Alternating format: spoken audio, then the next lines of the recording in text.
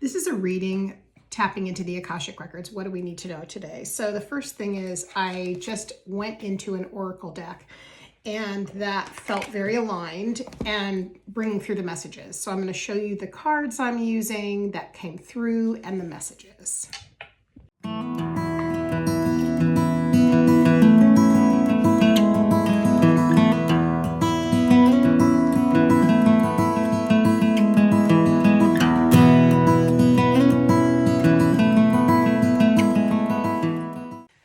My guides have been very direct with me lately, and they are really suggesting for us, if this resonates for you in this collective, to have a very clear understanding of the vision for your life going forward.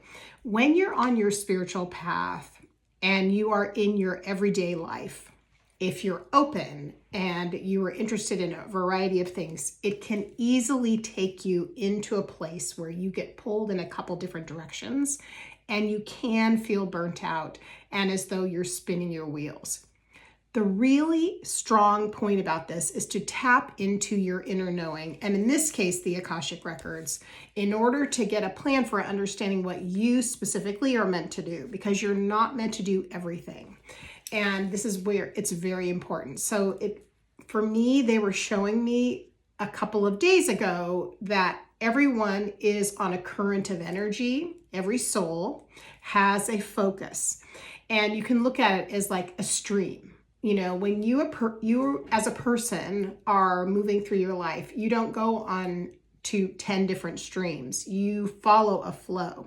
And when you're really in alignment from a soul's perspective, you follow that. But because we get into our minds and we get trapped there, we go into all these different places and end up spinning our wheels, which is part of learning, of course. So here's what came through in this reading. The first card that came through is Secrets. So you'll notice the keys there. This is you unlocking and starting to understand what's coming up. But also notice we have a child there. The child is coming from can be represented as new energy, a new path, but really also being open, not thinking that you know everything already about what's best for you, and having the mindset of being an open person, right? Which means you do have to prioritize and let some things go. And here's the real strong point. The listen card came in. So for me, especially, I am what I like to say to my students is clairaudient. So that means I hear spirit. So when I tap into my Akashic Records, this is what I teach my students. I hear what is intended for me. What's the message? I channel a message. So feeling that, listening to you might come through feeling, it might come through a knowing, it might come through visual in a lot of different ways. For me, it's primarily hearing. So this is, again, unlocking and listening. And then after that, the next step for all of us is this, right? This says Sleeping Beauty's dream. But notice she has that castle all connected through her head. So that is really showing you when you tap in, and if you want to learn to tap in, please leave a comment. And also know I do have a free Akashic Records guide. If you're a beginner, I'll link it here below. You'll start to have what is meant for you unfold and open just like this. So that means that you are being prepared for your next step. You are. And if you're finding yourself right now spinning your wheels and feeling as though, I don't know which direction to go in, I'm not sure how to plan things, what should I do? Go into your records. Bring forth your guides. Or tap into your intuition and have your guides channel through you, right? Because they're sending messages to you. You're just not seeing it. That's what I'm getting. We're also getting the lullaby card here. So that for me is much more about the cello, so the instrument. So sometimes the way to access your inner knowing, you have to change how busy your mind is. And if some of you are newer to meditation, that's understandable, and it takes a while to get a little bit clearer and more disciplined.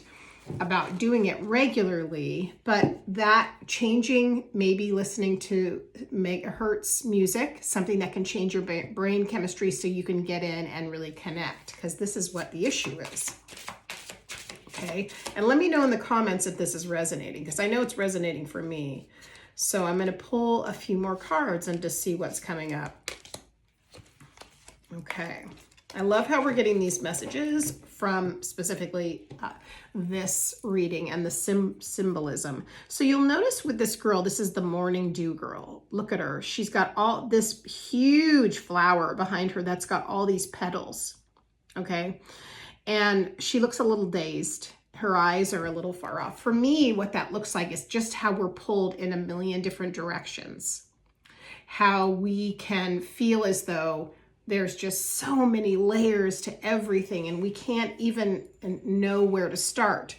The real trick here, and notice she has, in that leaf, she has all of the leaves put together, or you could look at it as water, but leaves, let's call it that, into the larger leaf. So that means all the knowledge you have, all of the experiences, all of the options, you can consolidate it. This is why your guides help you, into an energy focus so that you can put forth that wisdom on your path. This could come in the form of just doing grounding exercises each day. This can come in the form of inner knowledge and knowing and just trusting your instincts. That's what I'm getting. But if we have pulled in so many directions, we can't get the message.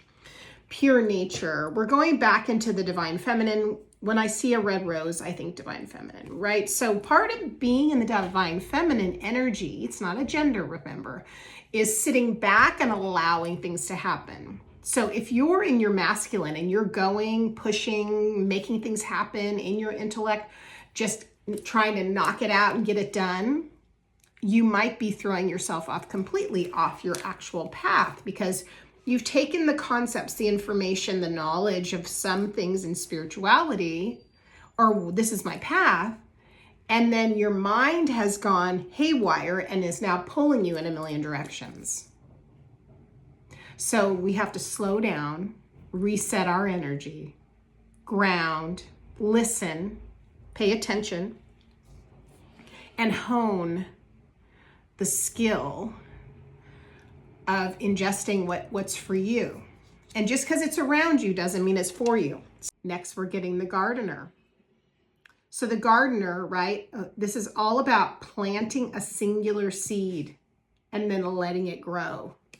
So those of you on your spiritual path, if you are finding that you're just walking around not sure what's next and you don't know where to put your energy, and you like, say, astrology, or you like numerology, or you want to do quantum healing, or you want to do shamanism, and then you want to do another type of training, psychic mediumship, right? You want to get into spell work, great, right? But sometimes the timing of it and the development of your inner guidance, it's like, nope, let's put a lot of things to the side. This is what I tell my coaching clients, because they're like, their eyes are wide open. They're very excited because they're newer on their path or starting out the first year or so, and they don't know where to start. And the main thing is we want to tap in to that inner guidance, right?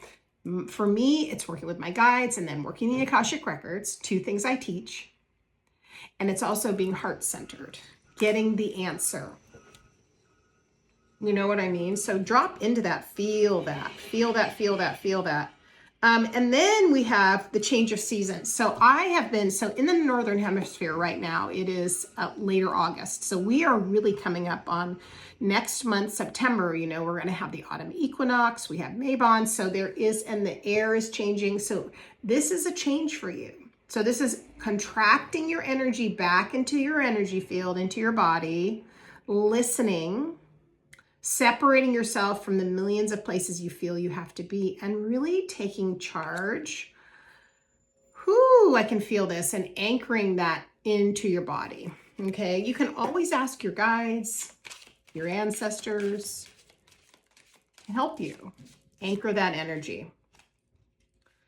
All right, let's get the last two final cards. This is so funny. The guides are being very persistent to say the least.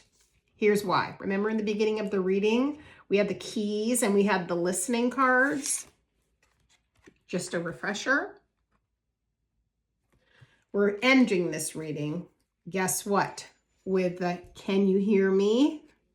Are you listening? Notice also too, we have this water and the shell, and then this woman's face is turned towards the sun. So she's now realizing I need to listen. I need to anchor, and I need to allow this to happen. And then finally, we have the keys on the tree. So we're ending with the key as well. This is one of the themes of this deck, right? But notice that we had to climb all the way to this tower up to the top. We're bringing through our soul memory with the symbol of the elephant, and we're going to pay attention and we're going to anchor ourselves right down to the bottom. So I am so excited. Let me know in the comments if this reading resonated for you. I did it in a whole different format. I thought this was going to be a short. It is apparently not meant to be short. And I want to let you guys know that every Friday at 5 p.m. Pacific Standard Time, I do a live stream. We do readings every time. So we do collective messages from the Akashic Records, just in general, what do we need to know? What's going on in the energy? We dip into looking at slightly what's going on in the astrology on an overall level. But then we also have a space, if you do want to get a question answered, you have the option to send me your question beforehand and go through my process of just, it's a reading. You can go through PayPal, leave your question, and then you can be read in the live. It will be recorded and timestamped.